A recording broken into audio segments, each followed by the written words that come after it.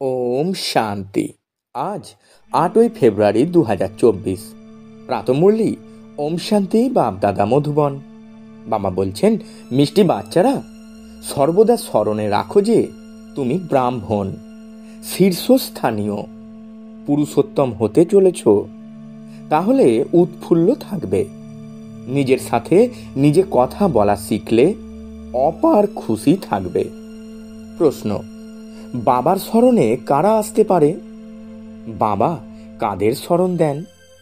উত্তর: বাবার স্মরণে তারাই আসতে পারে যারা সম্পূর্ণ নষ্ট মোহ হয়, যাদের বুদ্ধিযোগ সব দিক থেকে ছিন্ন হয়ে যায়। মিত্র, পরিজন ইত্যাদির সাথে বুদ্ধির যোগ থাকে না।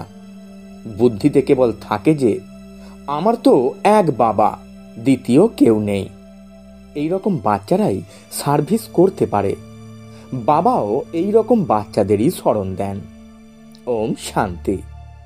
ইনি হলেন আত্মাদের পিতা, টিচার আর গুরুও। এটা তো বাচ্চারা ভালোভাবে বুঝে গেছে। দুনিয়ার মানুষ এই বিষয়টিকে জানে না। যদিও সন্ন্যাসীরা বলে শিবহম, তাহলেও এই রকম বলবে না যে আমি হলাম বাবা, টিচার, সদ্গুরু। তারা শুধু বলে শিবহম তত্ত্বম, মানে আমি শিব। পরম আত্মা সর্বব্যাপী হলে তো প্রত্যেকেই বাবা, টিচার, সদ্গুরু হয়ে যাবে। এই রকম তো কেউ বুঝবে না। মানুষ নিজেকে যে ভগবান, পরম আত্মা বলে, সেটা তো একেবারেই হলো রং। বাচ্চাদের বাবা যা বোঝান সেটা বুদ্ধিতে তো ধারণ করতে হয়।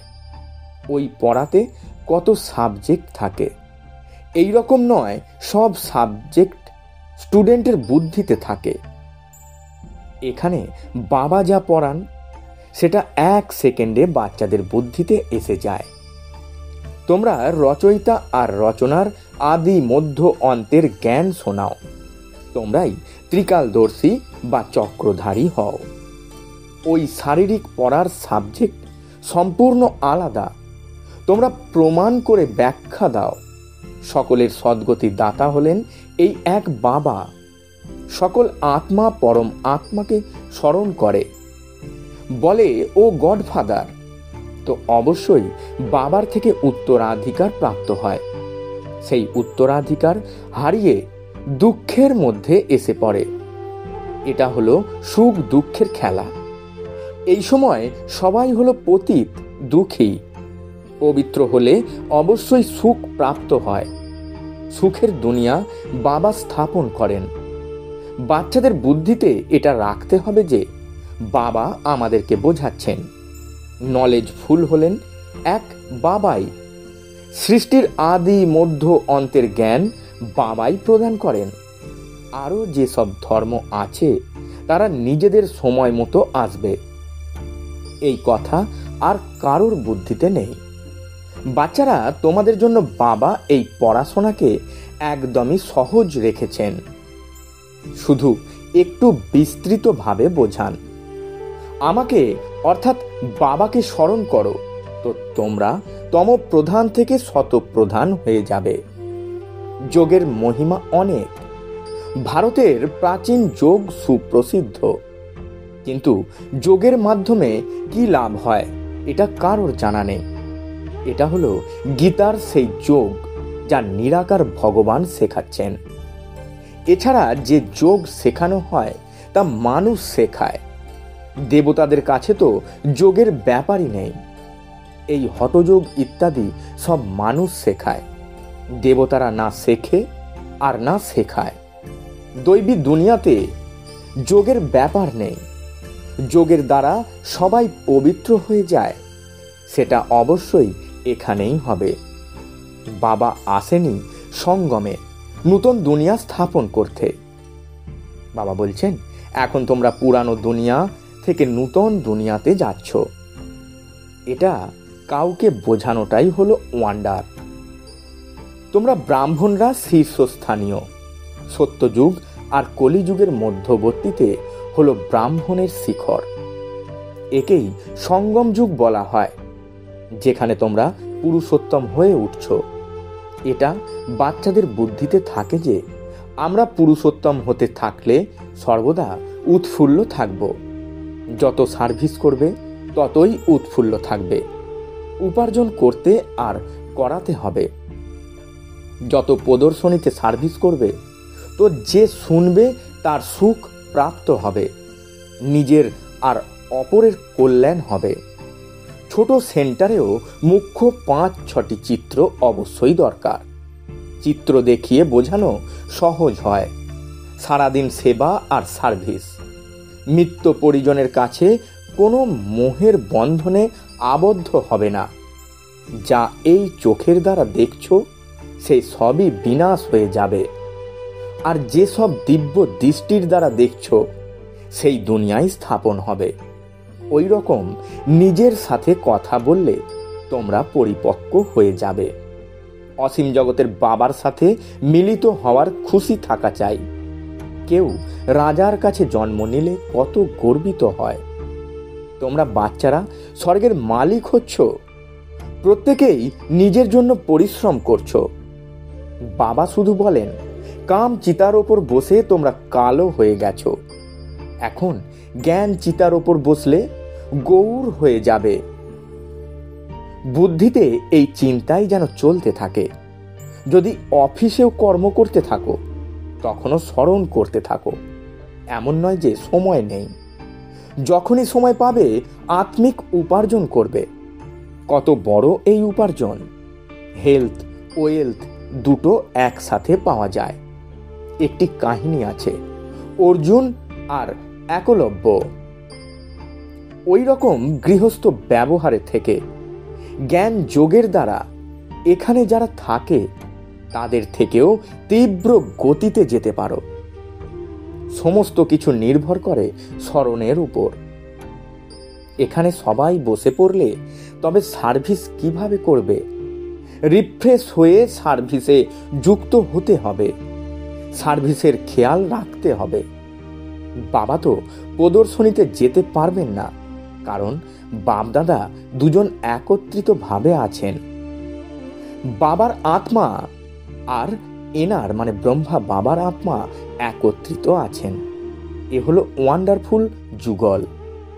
এই যুগলকে তোমরা বাচ্চারা ছাড়া কেউ জানতে পারে না। বাবা বলছেন, নিজেকে যুগল রূপে ভাবলেও আবার বলে, আমি একাই হলাম বাবার হারানিধি বাচ্চা। এই লক্ষ্মীনারায়ণের চিত্র দেখে খুব খুশি হয়। আমার দ্বিতীয় জন্ম হলো এটা।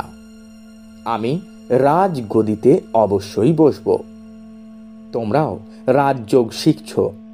এই অবজেক্ট সামনে উপস্থিত রয়েছে। ইনি তো খুব খুশি যে আমি বাবার হারানিধি বাচ্চা। তবুও সদাকাল স্মরণ স্থির হয় না, অন্যদিকে মন চলে যায়।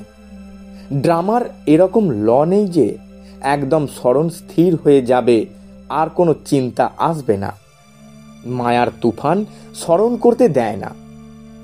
আমার জন্য খুব সহজ, কারণ বাবা আমার মধ্যে প্রবেশ করেন। বাবার নম্বর 1 হারানিধি বাচ্চা আমি। প্রথম রাজকুমার হব, আবার স্মৃতি বিস্মৃত হবে। নানান কথা মাথায় আসতে থাকে। এ হলো মায়া। বাবার নিজের অনুভব আছে বলেই তো বাচ্চাদের বোঝাতে পারেন। মনের মধ্যে এই নানান কথা আনাগোনা তখন বন্ধ হবে যখন কর্মাতীত অবস্থা হবে। আত্মা সম্পূর্ণ হয়ে গেলে তখন আর এই শরীরে থাকতে পারে না। শিব বাবা তো সর্বদা পিওরই পিওর। পতিত দুনিয়া আর পতিত শরীরে এসে পবিত্র করার ভূমিকাও এনারই মানে শিব বাবারই। ড্রামাতে তিনিও বাঁধা রয়েছেন। তোমরা পবিত্র হয়ে গেলে আবার নূতন শরীর চাই। শিব বাবার তো নিজস্ব শরীর নেই। এই শরীরের আত্মার গুরুত্ব অনেক। ওনার এখানে কি আছে? উনি তো মুরলি চালিয়ে চলে যান। উনি মানে শিব বাবা হলেন ফ্রি। কখনো এখানে কখনো ওখানে চলে যান। বাচ্চাদেরও ফিল হয় যে এই শিব বাবা মুরলি চালাচ্ছেন। তোমরা বাচ্চারা বোঝো, আমরা বাবাকে সাহায্য করার জন্য এই গডলি সার্ভিসের উপর দাঁড়িয়ে আছি। বাবা বলেন, আমিও নিজের সুইট হোম ছেড়ে এসেছি। পরমধাম অর্থাৎ ঊর্ধ্ব থেকেও ঊর্ধ্ব হলো মূল বতন। যদিও খেলা সমস্ত সৃষ্টির উপরে চলে, তোমরা জানো এটা হলো ওয়ান্ডারফুল খেলা। দুনিয়া তো হলো এই একটাই। এই দুনিয়ায় লোকেরা চাঁদে যাওয়ার প্রচেষ্টা করে, এটা তো হলো সায়েন্সের বল। সাইলেন্সের বলের দ্বারা আমরা যখন সায়েন্সের উপরে বিজয় প্রাপ্ত করি, তখন সায়েন্সও সুখদায়ী হয়ে যায়। এখানে সায়েন্স সুখও দেয়, আবার দুঃখও দেয়। ওখানে তো হলো সুখ আর সুখ, দুঃখের নামই নেই। এই রকম চিন্তা সারাদিন বুদ্ধিতে থাকতে হবে। বাবার কত ভাবনা থাকে। বন্ধনযুক্তরা বিষের জন্য কত মার খায়। কেউ আবার মোহের বশে আটকে পড়ে। নিশ্চয় বুদ্ধি সম্পন্নরাই তৎক্ষণাৎ বলবে, আমাকে অমৃত পান করতে হবে, এর জন্য নষ্ট মোহ হতে হবে, পুরানো দুনিয়ার থেকে মন সরিয়ে নিতে হবে। এই রকম সার্ভিসেবল আত্মারাই বাবার হৃদয়ে স্থান পেতে পারে। বাবা তাদের স্মরণ দেন। কন্যা পতির আশ্রয়ে যায়, তারা বিষ ছাড়া রাখে না। আবার বাবার আশ্রয় নিতে হয়। এখানে কিন্তু একদম নির্মোহী হতে হবে। আমরা পতির ও পতিকে পেয়েছি, এখন তার সাথে আমরা বুদ্ধিযোগের দ্বারাই যুক্ত হতে পারি। ব্যাস, আমার তো এক বাবা, দ্বিতীয় কেউ নেই। যেমন কন্যার তার স্বামীর সাথে প্রীতি এসে যায়, এটা হলো আত্মার প্রীতি পরম আত্মার সাথে। লৌকিক পতির থেকে দুঃখ মেলে, এনার মানে শিব বাবার থেকে সুখ মেলে। এটা হলো সঙ্গম। একে কেউ জানে না। তোমাদের কত খুশি হওয়া উচিত। আমরা পাটনি বা বাগানের মালিককে পেয়েছি, যিনি আমাদের ফুলের বাগানে নিয়ে যান। এই সময় সব মানুষ কাঁটার মতো হয়ে গেছে। সব থেকে বড় কাঁটা হলো কামনার। প্রথমে তোমরা নির্বিকারী ফুল ছিলে, ধীরে ধীরে কলা কম হয়ে গেছে, এখন তো বড় কাঁটা হয়ে গেছে। বাবাকে বাবুলনাথও বলা হয়। তোমরা জানো আসল নাম হলো শিব। কাঁটাকে ফুল বানায় বলে বাবুলনাথ নাম রাখা হয়েছে। ভক্তিমার্গে অনেক নাম রেখেছে, বাস্তবে একটিই হলো নাম, সেটা হলো শিব। রুদ্র জ্ঞানযজ্ঞ বা শিব জ্ঞানযজ্ঞ একই কথা হলো। রুদ্র জ্ঞানযজ্ঞের দ্বারা বিনাশ জ্বালা নির্গত হয়, আর শ্রীকৃষ্ণপুরী অথবা আদি সনাতন দেবী দেবতা ধর্মের স্থাপনা হয়। তোমরা ওই যজ্ঞ দ্বারা মানুষ থেকে দেবতা হও। তারা সব অদ্ভুত অদ্ভুত চিত্র তৈরি করে। বিষ্ণুর নাভি থেকে ব্রহ্মার নির্গমন, এই সব বিষয়ে তোমরা জানো যে ব্রহ্মা সরস্বতীই লক্ষ্মীনারায়ণ হয়। তোমাদের এ বিষয়ে দৃঢ় বিশ্বাস রয়েছে। লক্ষ্মী নারায়ণী ৮৪ জন্ম পরে ব্রহ্মা সরস্বতী হন। মানুষ তো এরকম কথা শুনে বিস্মিত হতে থাকে, জানার পরে আবার খুশিও হয়। কিন্তু মায়া কিছু কম নয়। কাম হলো মহাশত্রু। মায়া নাম রূপে ফাঁসিয়ে নিচে ফেলে দেয়, বাবাকে স্মরণ করতে দেয় না। আবার সেই খুশি কম হয়ে যায়। এতে খুশি হতে নেই যে আমি অনেককে বোঝাচ্ছি। প্রথমে দেখতে হবে বাবাকে কতটা স্মরণ করছি। রাতে বাবাকে স্মরণ করে ঘুমাই নাকি ভুলে যাই। কোনো কোনো বাচ্চা তো নিয়মে বেশ পাকা। তোমরা বাচ্চারা খুবই লাকি। বাবার উপরে তো অনেক দায়িত্বের বোঝা, কিন্তু তবুও রথ বলে কিছুটা রেহাই পান। জ্ঞান আর যোগও আছে। জ্ঞান আর যোগ ছাড়া লক্ষ্মী নারায়ণ পদ কিভাবে পাবে? খুশি তো থাকে। আমি একাই বাবার বাচ্চা, এরপর আবার আমার প্রচুর বাচ্চা, এই নেশাও থাকে। তখন মায়া বিঘ্নও নিয়ে আসে। বাচ্চাদেরও মায়ার বিঘ্ন আসতে থাকে। অনেক দূর এগোলেই তবেই কর্মাতীত অবস্থা আসে। এখানে বাপ দাদা দুজনে একত্রিতভাবে আছেন। বলেন, মিষ্টি মিষ্টি বাচ্চারা, বাবা তো প্রেমের সাগর, এনার আত্মা একসাথে আছে। ইনিও মানে ব্রহ্মা বাবাও ভালোবাসেন। বোঝান, যেরকম কর্ম আমি করব আমাকে দেখে আরও সবাই করবে। ভীষণ মধুর থাকতে হবে। বাচ্চাদের অনেক বিচক্ষণ হতে হবে। এই লক্ষ্মী নারায়ণের মধ্যে দেখো কত বিচক্ষণতা রয়েছে। বিচক্ষণতার দ্বারা বিশ্বের রাজত্ব নিয়েছে। প্রদর্শনীর দ্বারা প্রজা তো অনেক হয়।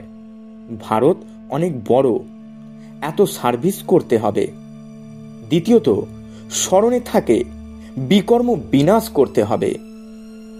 এটাই প্রধান চিন্তা হবে যে কিভাবে আমরা তম প্রধান থেকে শতপ্রধান হব। এতে পরিশ্রম আছে, সার্ভিসের চান্স অনেক। ট্রেনে ব্যাজ পরে সার্ভিস করতে পারো। এই হলেন বাবা, আর এই হলো অবিনাশী উত্তরাধিকার।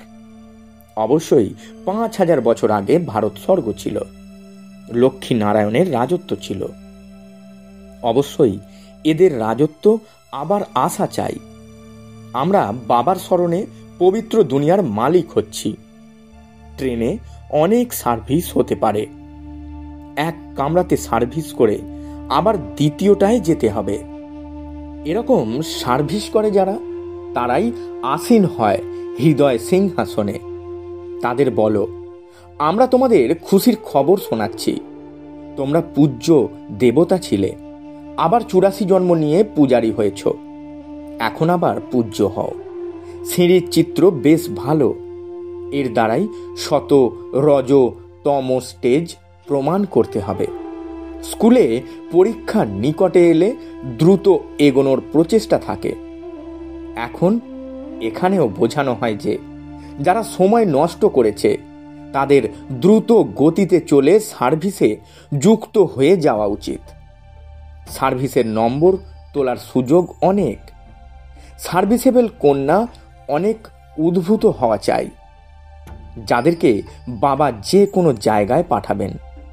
মন্দিরে সার্ভিস ভালো হবে। দেবতা ধর্মের যারা শীঘ্রই বুঝে যাবে। গঙ্গা স্নানের উপরেও তোমরা বোঝাতে পারো, এতে অবশ্যই মনে ধরবে। আচ্ছা, মিষ্টি মিষ্টি হারানিধি বাচ্চাদের প্রতি মাতা পিতা বাপদাদার স্মরণে স্নেহ সুমন আর সুপ্রভাত। আত্মাদের পিতা তার আত্মারূপী বাচ্চাদেরকে জানাচ্ছেন নমস্কার। আমরা আত্মারূপী বাচ্চারা আমাদের আত্মারূপী মাতা পিতা বাপ দাদাকে জানাই স্মরণে স্নেহ সুমন আর সুপ্রভাত এবং 100 কোটি নমস্কার। ধারণার জন্য মুখ্য সার। প্রথম পয়েন্ট, সদা উৎফুল্ল থাকার জন্য আধ্যাত্মিক সার্ভিস করতে হবে। নিজের আর অপরের কল্যাণ করতে হবে। ট্রেনেও ব্যাজ পরে সার্ভিস করতে হবে। দ্বিতীয় পয়েন্ট, পুরানো দুনিয়ার থেকে মন সরিয়ে নিতে হবে। নষ্ট মোহ হতে হবে। এক বাবার সাথে সত্যিকারের প্রীতি রাখতে হবে। বরদান, সঙ্গম যুগের মহত্বকে জেনে সব সময় বিশেষ অ্যাটেনশনে থাকা হিরো পাঠধারী ভব। ব্যাখ্যায় বাবা বলছেন, সকল কর্ম করেও সর্বদা এই বরদান যেন স্মরণে থাকে যে আমি হলাম হিরো পাঠধারী। তাই আমার প্রতিটি কর্ম বিশেষ হবে। প্রতিটি সেকেন্ড, প্রতিটি মুহূর্ত, প্রতিটি সংকল্প শ্রেষ্ঠ হবে। এই রকম বলতে পারো না যে আমি তো কেবল 5 মিনিট সাধারণ ছিলাম। সঙ্গম যুগে 5 মিনিটও অনেক গুরুত্বপূর্ণ। 5 মিনিট 5 সালের থেকেও বেশি সময়। সেই জন্য প্রত্যেক সময় এতটাই যেন অ্যাটেনশন থাকে। সদাকালের জন্য রাজ্য ভাগ্য প্রাপ্ত করতে হবে। সদাকালের অ্যাটেনশন চাই। স্লোগান, যার সংকল্পে দৃঢ়তা শক্তি আছে তার পক্ষে সব কাজই সম্ভব। ওম শান্তি। নমস্কার।